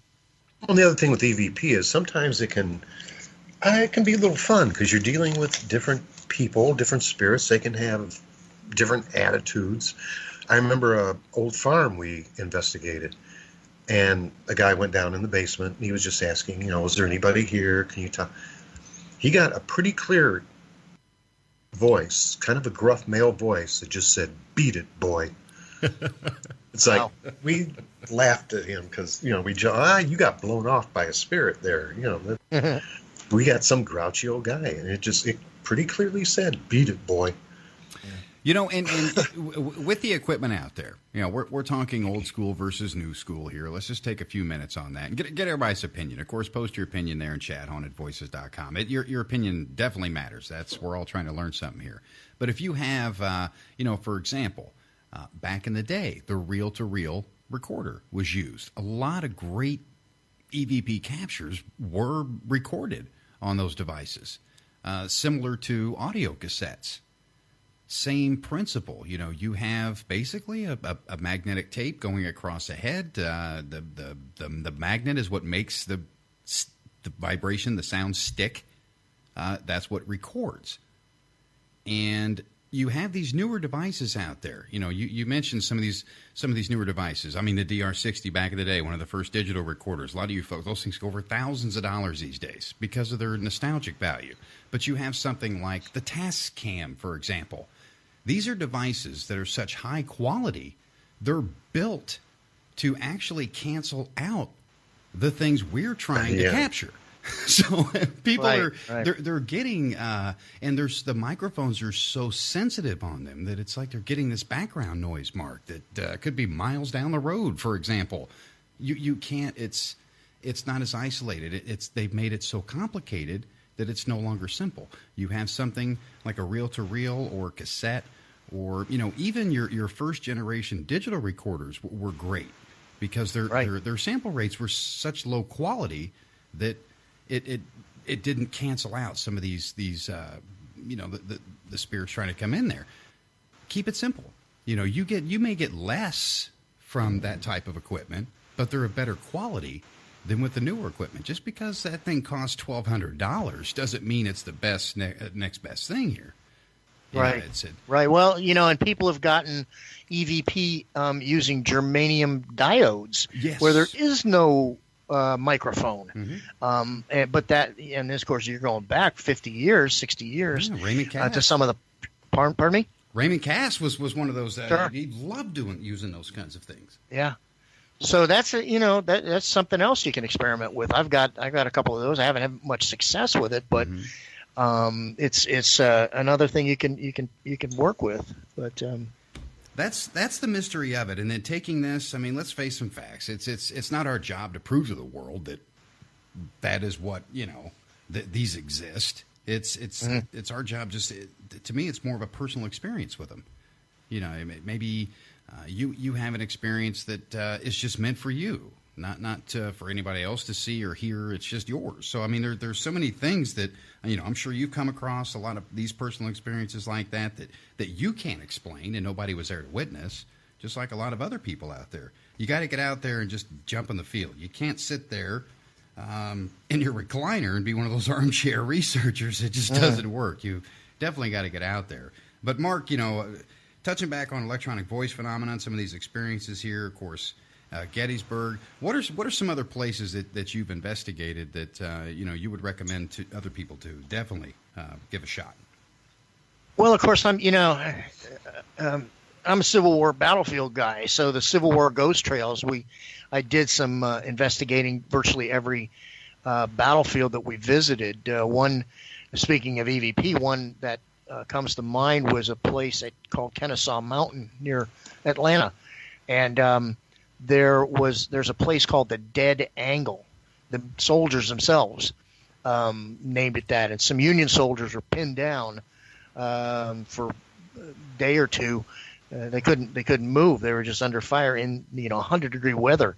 So I was there and I asked a question. What was in it? I think it was an Indiana or Illinois unit that was pinned down there. I said, so what was the fighting like here? And I got one word, and the word was murder. Some other places that I also wrote a book with Catherine Ramsland, who is a professor of forensics at DeSales University, was a consultant on bones and CSI, and it's called Haunted Crime Scenes.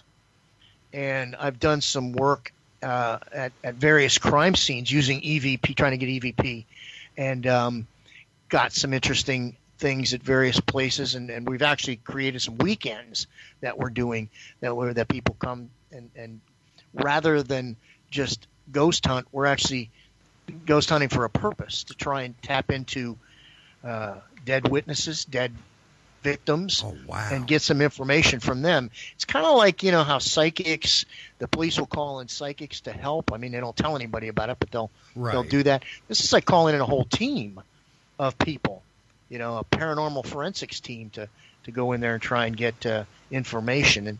And so I guess I'm expanding a little bit from just doing Civil War battlefields to doing, the crime scenes, and it's kind of interesting. We're going up speaking in New Orleans in September. I'm trying to get together a weekend down there because needless to say, there are a number of crime scenes in New Orleans dating back for centuries.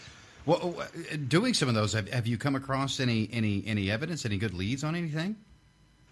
Well, once again, one of the places that we went to is in Bethlehem, the Hotel Bethlehem. There was in the 1980s, there was a murder there. And well, actually they classified it as a suicide. But it was strange. The reason they classified it is because a guy was shot in a bathroom and his door was up against his back was up against the door. So they had to push the body out of the way, and they couldn't figure out, well, how do you kill somebody? But he was shot twice. Okay, which Catherine tells me, sometimes you miss the first time when you're trying to commit suicide. But there were some other things that were really, really strange, And so I asked, did you commit suicide? Did you kill yourself? And now it wasn't as clear, but I did get 2 syllables. And they both ended in And I took that as murder. But you know how it is when you get EVP. It's not always clear. Right. Yeah. This is probably class B or maybe even C. At any rate, it was enough. What we discovered was enough to interest the coroner. Now, the case had been closed, and he was going to try and reopen it.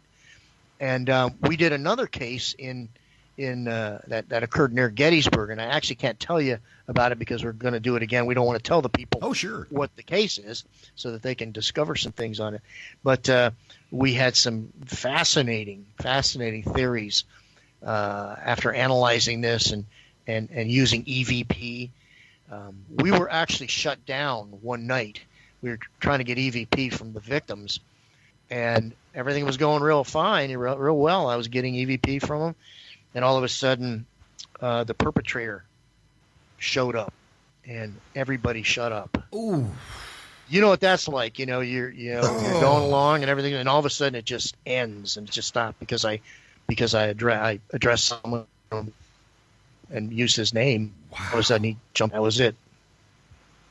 Well, you hear that happens, that there can be multiple spirits, and there may be one that's a little more dominant that controls the others, and that's what had happened in life, and that's what is still happening, apparently. Sad. In death. That's sad. I mean, and in your opinion, you hear a lot about these forensic studies, the paranormal being mixed in with that.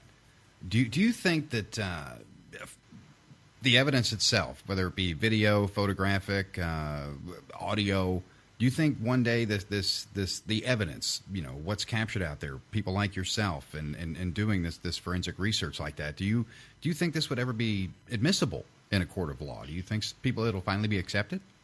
I don't know. That's a good question. The reason it's not, it basically goes all the way back to the Salem witch trials, where it's called spectral evidence, and of course in those days it was just a bunch of teenage girls that were claiming that the other people were witches and things were happening to them. And I don't know how far spectral evidence the definition would go. I mean, if you have a video or audio of this type of thing, I'm sure someone could be out there debunking it. But I know that police do use this. They may not be able to use it in the court, but they use it to continue to get another lead. Mm-hmm. For example, one of the people that we used as a consultant on these books was a former FBI profiler. And I flat out asked him, I said, if we got some information using this type of technique, EVP or video evidence or whatever, would you use that to continue a case? He says, absolutely. Yeah, we'll do whatever we can. And let's face some facts with that too. Sure, our evidence may not be the clearest, may not be the most valuable thing out there, but look at the profilers. They pardon my French, they catch hell all the time. Because this is something that they're just pulling out of thin air and their own experience. So they kind of both go hand in hand. So I can see how they would definitely work together. And that's the beauty of it, is you don't know. Hopefully it takes an awesome turn here. Now we're going to skip off to the final one here. But when we come back here, we're going to wrap up with our guest tonight, Mark Nesbitt. He's going to give you out some information here, how you can get his books, his website, anything he has coming up here. All of that's going to be coming, and we're just going to be wrapping up here, taking your final questions there in chat, hauntedvoices.com. Do not touch that dial. More with Mark Nesbitt. We come back, Haunted Voices Radio Live, WGOG Digital Broadcasting. Stay tuned.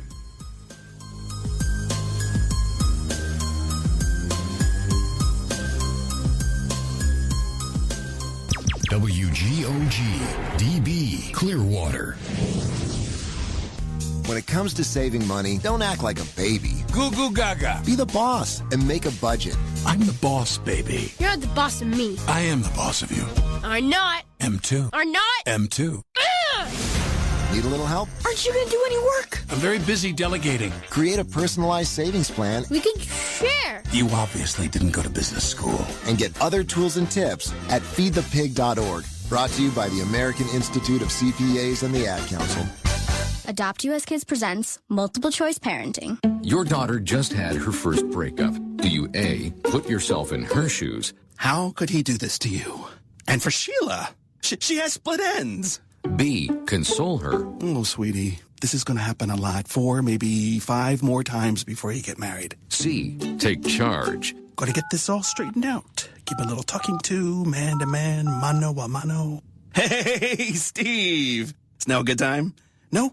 Okay, no problem. Bye. Or D, help her find a new boyfriend. I know a great place to meet boys. The internet. Nice, single boys. Never mind. How about some ice cream? As a parent, there are no perfect answers. But you don't have to be perfect to be a perfect parent. Thousands of teens in foster care will love you just the same.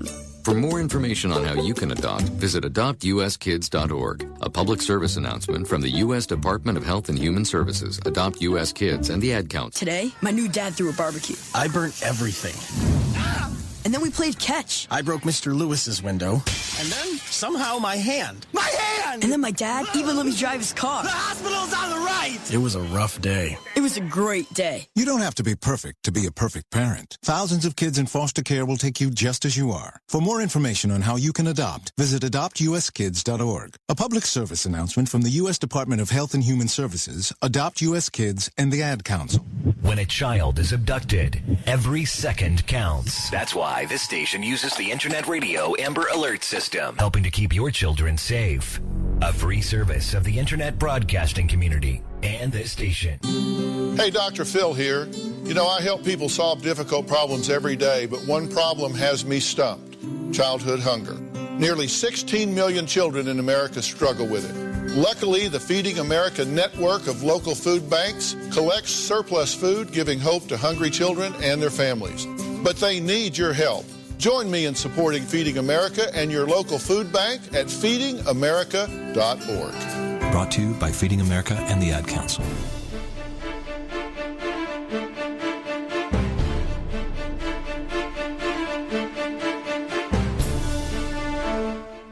Minutes past the hour. Welcome back.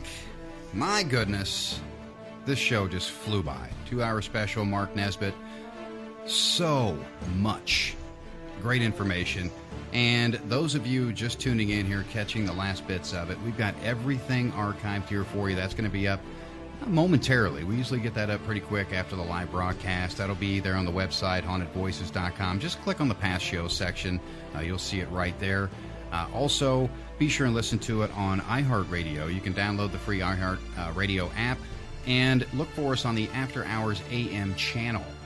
A lot of great shows up there. Haunted Voices Radio is one of them, right there on iHeart. iTunes, We finally got in there. All the latest episodes are up there. This is the 21st one since our return, by the way. We've been doing this for quite a while, but all of those are up on iTunes. We'll throw some classic ones up there for you guys later. I've been getting some email bugs in my ear, people wanting to hear some classic stuff here. We're going to get that coming up here for you. But, my goodness, time does fly by. And, Mark, we've got a few minutes left here in the show. Of course, we want to get some of your information out there. People are listening, and for example, Stanley, we see here in chat, he lives in New Orleans, so you're going to be going there. What are some things you have coming up here? For one thing, get out your information, your website, where people can contact you about your books, all the fun stuff. The mic's yours.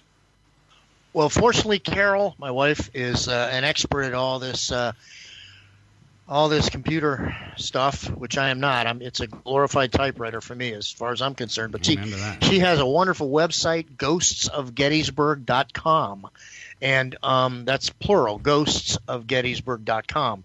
And all the stuff that we're doing coming up is on that website. People can sign up for everything from our ghost tours in Gettysburg for reservations to clicking on other things, special events. We have in November, we have a special weekend. It's going to be a scavenger hunt type weekend where you use my books and the stories in the books to go to places in Gettysburg and then try and get any kind of spectral evidence that you can there. In other words, try and get some supernatural EVP or photographs or whatever at the haunted sites. Oh, that sounds like fun. Wow. Yeah.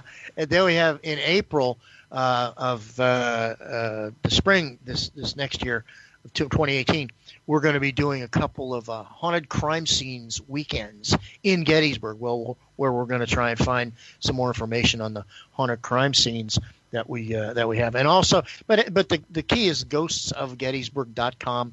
You can buy any of my books.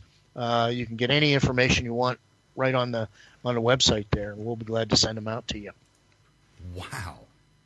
And you said you've got the series. You've got what you're working on, number 8, and Ghosts of Gettysburg 8. I'm working on right now. Just finished the work right now. The most recent book that I came out with is Cursed in Virginia, kind of a twist on some of the weird things that happen in Virginia and some of the places and personalities associated with the Old Dominion that appeared cursed.